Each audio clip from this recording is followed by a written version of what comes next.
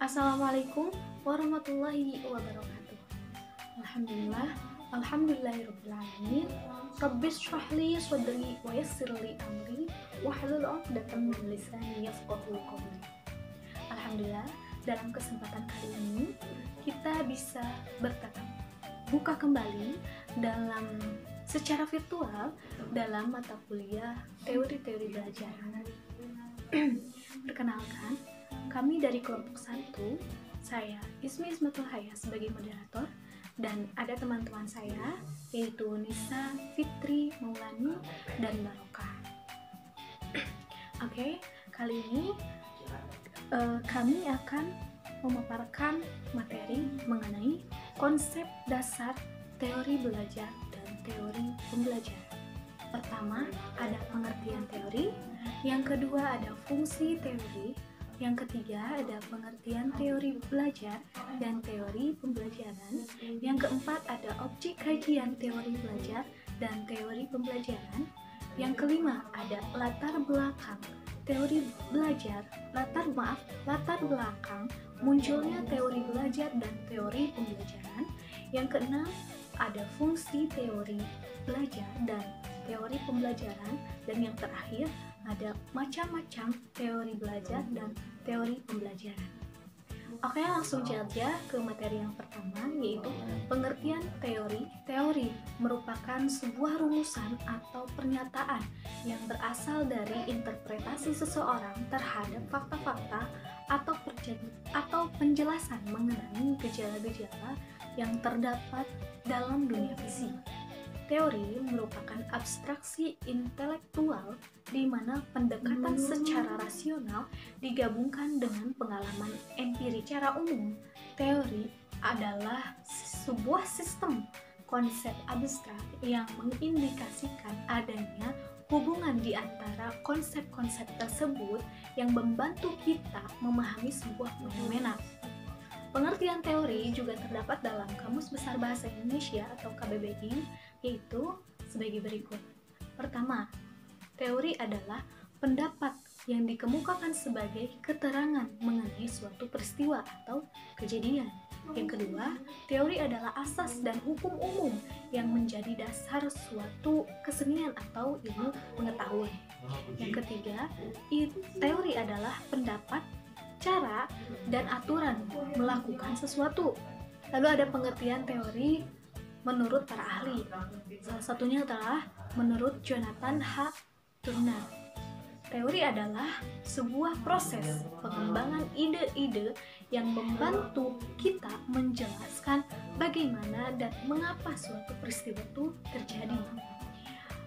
Yang kedua, ada fungsi teori. Dalam konteks ilmiah, teori berfungsi memperjelas dan mempertajam ruang lingkup variabel, lalu memprediksi dan memandu untuk menemukan fakta untuk kemudian dipakai guna merumuskan hipotesis dan menyusun instrumen penelitian. Sebab pada dasarnya hipotesis merupakan pernyataan yang bersifat prediktif, bukan deskriptif. Yang tiga, mengontrol, membahas hasil penelitian untuk kemudian dipakai dalam memberikan saran. Selanjutnya, materi yang ketiga yaitu pengertian teori belajar dan teori pembelajaran.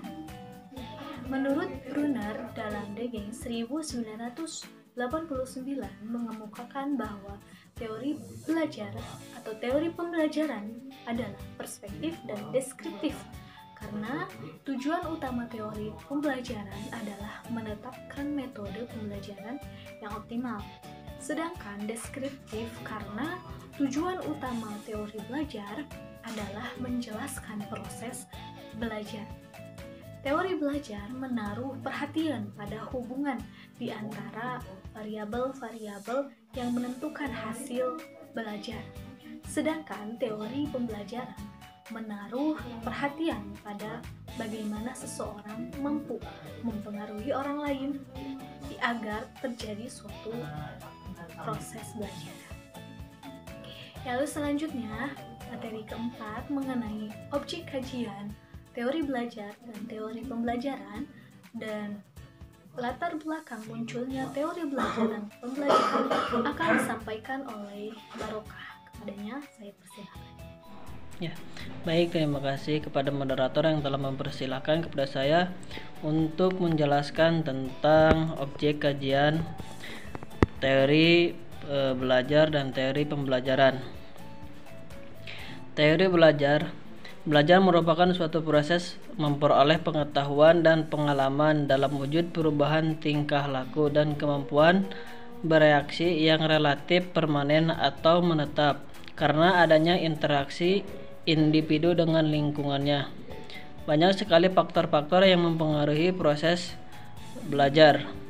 Muhyiddin Syah dan kawan-kawan membagi faktor-faktor yang mempengaruhi belajar menjadi 3 macam. Yang pertama, faktor internal yang meliputi keadaan jasmani dan rohani.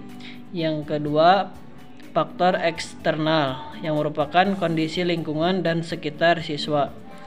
Dan yang ketiga, faktor pendekatan belajar yang merupakan jenis upaya belajar siswa yang meliputi strategi dan metode yang digunakan untuk melakukan kegiatan pembelajaran materi pelajaran. Yang kedua, teori pembelajaran. Pembelajaran merupakan kegiatan yang dilakukan untuk menciptakan suasana atau memberikan pelayanan agar siswa belajar.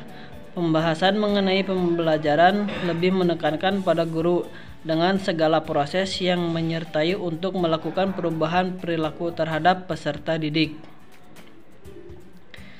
Dan materi yang selanjutnya itu terkait tentang latar belakang munculnya teori belajar dan teori pembelajaran.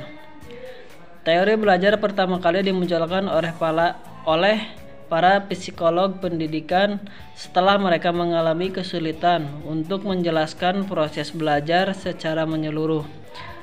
Sebagian psikolog menyelesaikan kesulitan itu dengan istilah memperjelas pengertian dan proses belajar. Belajar merupakan proses di mana seseorang tidak tahu menjadi tahu sehingga memperoleh wawasan baru untuk ke depannya. Mungkin itu saja yang dapat saya sampaikan. Saya kembalikan lagi kepada moderator. Terima kasih kepada Barokah yang telah memaparkan materi mengenai objek kajian dan latar belakang munculnya.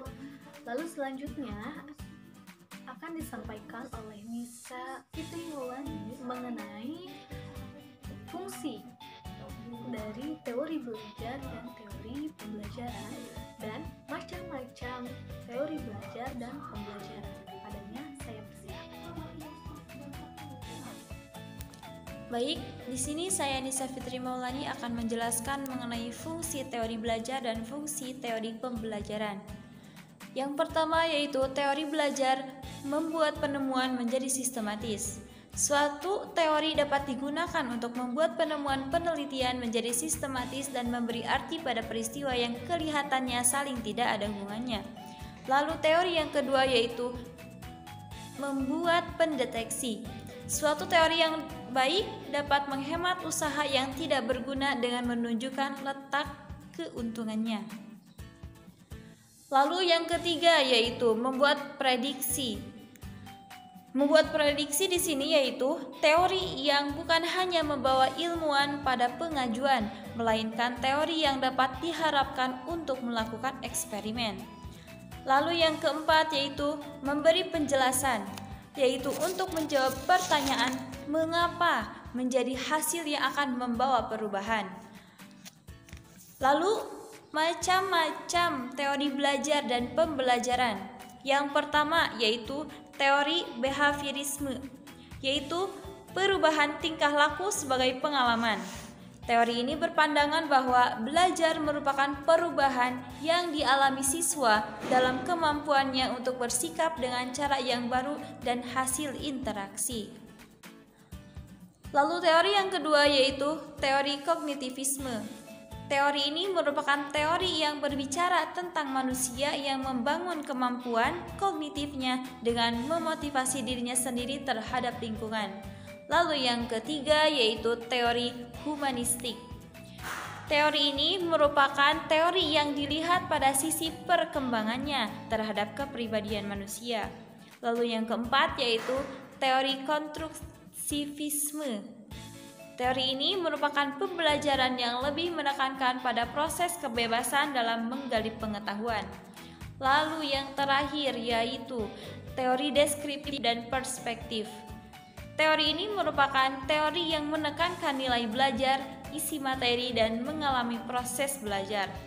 Mungkin itu yang dapat saya sampaikan. Terima kasih.